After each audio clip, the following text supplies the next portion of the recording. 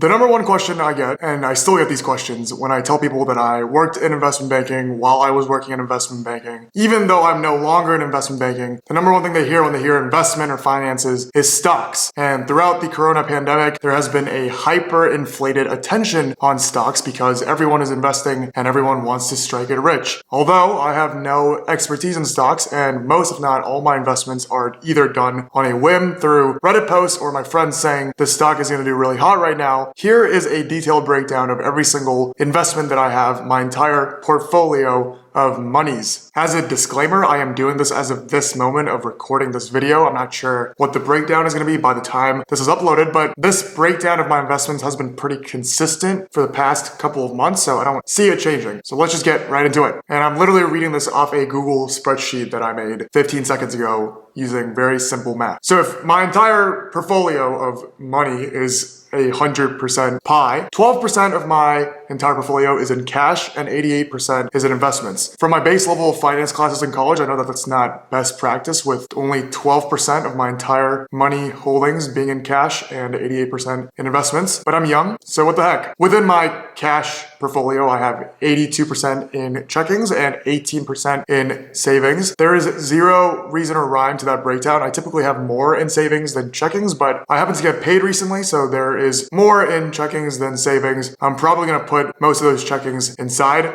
savings. For reference, I have a Wells Fargo way to save savings account that has very poor interest rates and does me no good, and my checkings account is just a checking account that I use to pay off credit cards and put in more investments. With the 88% of my portfolio that is in investments, I have 42% in a Fidelity personal trading account where I just pick and choose stocks and see where it goes. I have 38% from my previous employer's 401k that I just let sit. And then I have 18% in a Roth IRA hosted by Vanguard that I haven't contributed to since last year because I can't contribute to anymore due to my income. Who knows what they'll be in the future? That's my three large breakdowns of my investment portfolio in terms of platform. I don't use Robinhood. I just heard that Robinhood is not great. That's what everyone says. So I don't touch Robinhood. My previous employer didn't even allow me to use Robinhood because of financial safety reasons. So I use Fidelity and Vanguard. Now within these three financial accounts, I also have different breakdowns of the various stocks. And I guess the real core of the fun part of this video, to get the boring stuff out of the way, my 401k and my Roth IRA is 100% in S&P mutual funds. Not very interesting. I keep it nice and safe. I'll probably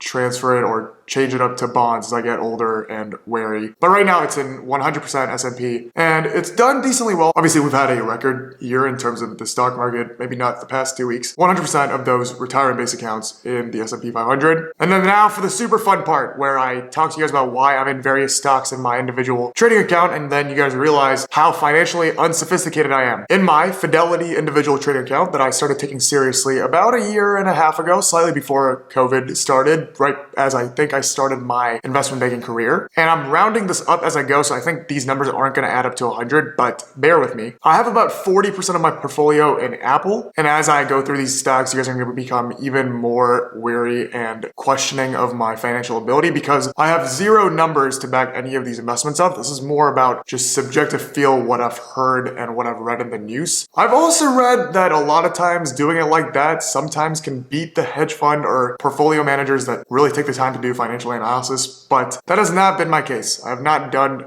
very well, especially compared to how well people have done the past year and a half, how everyone seems to be striking it rich. I've not done well. But back to the main point, 40% of my individual trading portfolio is in Apple stock. I like Apple. Everyone uses Apple. Apple almost doubled last year. $2 trillion company. Warren Buffett seems to believe in Apple. I think more than 50% of Berkshire Hathaway's money is in Apple. My dad always told me if a rich person is backing something, it's probably very hard to fail. 40% in Apple. It's done okay. I get about 10% in Airbnb. I use Airbnb a lot. I'm a big believer that post-COVID world is rapidly approaching. And instead of going to hotels, people, especially my age, enjoy being in houses. And I think that the travel and leisure industry will skyrocket very soon, and we're going to see record numbers this year. A lot of my friends are traveling. I have plans to travel in the summer. Airbnb, I think, is going to do well. At this point, I should have done this in the beginning of the video, but this is a very important point. I'm not endorsing any of these stocks. Stock trading, in my opinion, is very, very similar to gambling. It's an educated guess at gambling, especially at the individual level. So don't invest in these without doing your own research. Don't invest in these and then have these not do well and then say, Brian, what the heck? As you guys can tell, I'm not looking at PE ratio. I'm not looking at market cap. I am just doing this by feel. deal. About 4% of my portfolio is invested in this company called Enphase. They're in renewable energy, solar energy. About a year and a half ago, my friend said, hey, this thing's gonna be really hot. I invested in it, and then I got out when I made like 10%, and then I found out a couple months ago that it almost doubled, tripled, so I got back in it. Now I've only lost money in it, but I'm still holding on to it. I think renewable new energy is gonna do well under the new administration, but it has not done well for me. About another 4% of my portfolio is in a company called Fiverr. They enable freelancing services. Obviously also skyrocketed during COVID. So it's basically a marketplace for people that want to employ freelancers and then freelancers looking for work. They've been doing extremely well. I haven't done extremely well with the stock, but I'm looking at it in the long term, and I think this post-COVID freelancing community world is here to stay, but who knows where that will go. About a 30% of my individual portfolio is in S&P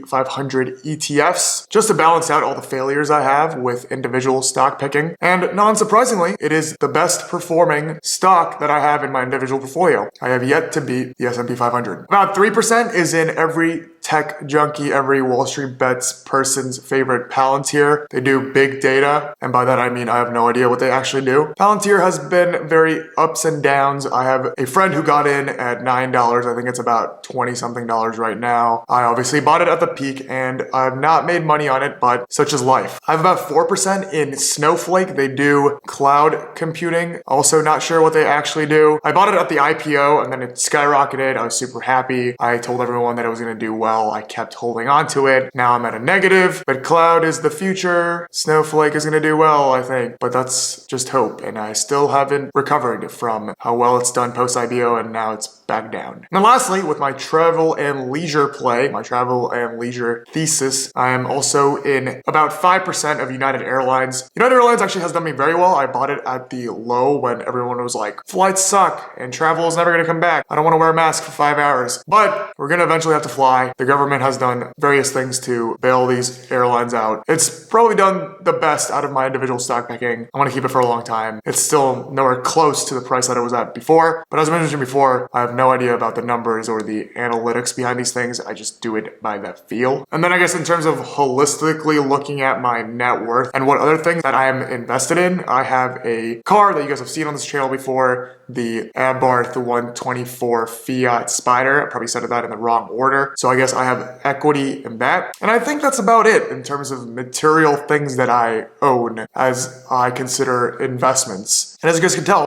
I really don't know much, but that's what I have. I guess to end off with 3 fun stories about investments. One, I don't know much about crypto, and I guess this is not very fun now that I mention it, but I don't really tend to invest in things that I don't know about, which is ironic because I just said everything I invested in, I don't really know much about. But stock market as a whole, I understand how the stock market works. Crypto, I'm still trying to wrap my head around it. By the time I understand it, I'm probably already too late. And I'm just sad that I missed out on the Bitcoin train, the Ethereum train, the Dogecoin train. Number 2, I participated in the GameStop rally day. And I actually did surprisingly well. I got in at about the 200 something mark, and I got out near the peak. I didn't buy that many shares because I was skeptical of it, but I made enough to have fun with it and also to tell my kids eventually, 5 kids. And when they ask after reading their history textbook, hey dad, where were you when the GameStop Wall Street Bets thing happened? I can tell them, hey, I actually participated in that and made some money, that if I invested in crypto right away after that, then you guys wouldn't be suffering through the things you're suffering through right now. And then third funny story, there is this company called IDEX, which my friend found off a penny stock subreddit. I think it might have been on Wall Street Bets for a bit. It was at like $1.20. I bought it. It went up 80% the next day. I was naive. I thought it was gonna hit $5, $15. It started tanking. The days after that went down to like 83 cents. I had a feeling that it was gonna eventually come back up. I held it till it came back to the price that I bought it at, and then I sold it, and then it doubled after that. And now it's back around the level at which I was there. It's this kind of sketchy electric car company in China that used to not be an electric car company. But that was like my thrill Wall Street moment that I could have capitalized on with the 80%, but house always wins. Moral of today's story, just invest in the S&P 500. As always, thanks for watching today's video, and I will see you guys next time. Let's go! S&P 500, Palantir, Snowflake, everything, please.